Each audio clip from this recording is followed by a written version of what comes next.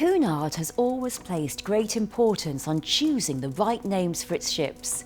After careful consideration and countless visits to the archive, one compelling, captivating individual stood out from all the rest: Queen Anne. Queen Anne is an exciting, fascinating, groundbreaking queen, and yet she's been undervalued by history. People dismiss her, they ignore her, they leave her out of the history of queens. Yet she did so much in her reign. She pulled the country into a new century. She fostered arts, innovation, sciences. She made so many changes within constitutional, political monarchy. Anne really created monarchy and London and the country as we know it today. And now, with this wonderful new ship to celebrate her, really, Anne has her tribute.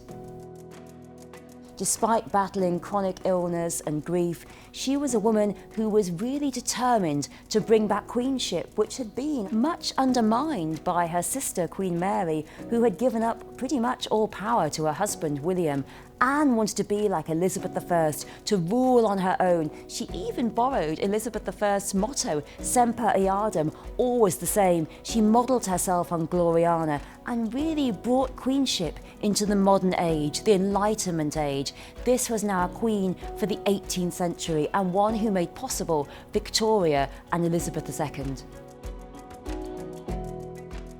Queen Anne was a great patron of the arts, and the arts flourished in her reign. Great poetry, drama, literature, music, opera, Van Berg, Susanna Sontlever, and she actually directly patronised Purcell, who wrote the music for her wedding. Handel, she gave him a pension, and she also knighted Sir Isaac Newton, the great mathematician, and he depicted her as Athena, the goddess of learning.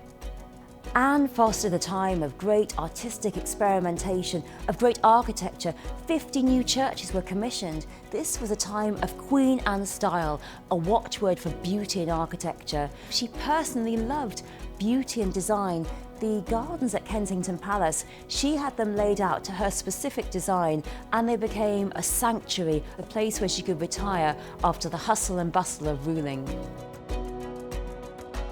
A great leader and politician, Anne put in place the idea of constitutional monarchy, that the monarch should remain above politics, walk a line between political parties. In her reign, England, Wales and Scotland were united, and Great Britain was born. Forward-thinking, progressive, she advocated mercy to those who opposed her and offered compassion to the suffering. Queen Anne loved the arts, graceful architecture, design, entertainment, everything that Cunard's Queen Anne has to offer. She would have loved to travel on her new namesake. Cunard's fleet now celebrates the names of each Queen Regnant over the last millennium: Mary, Elizabeth, Anne and Victoria.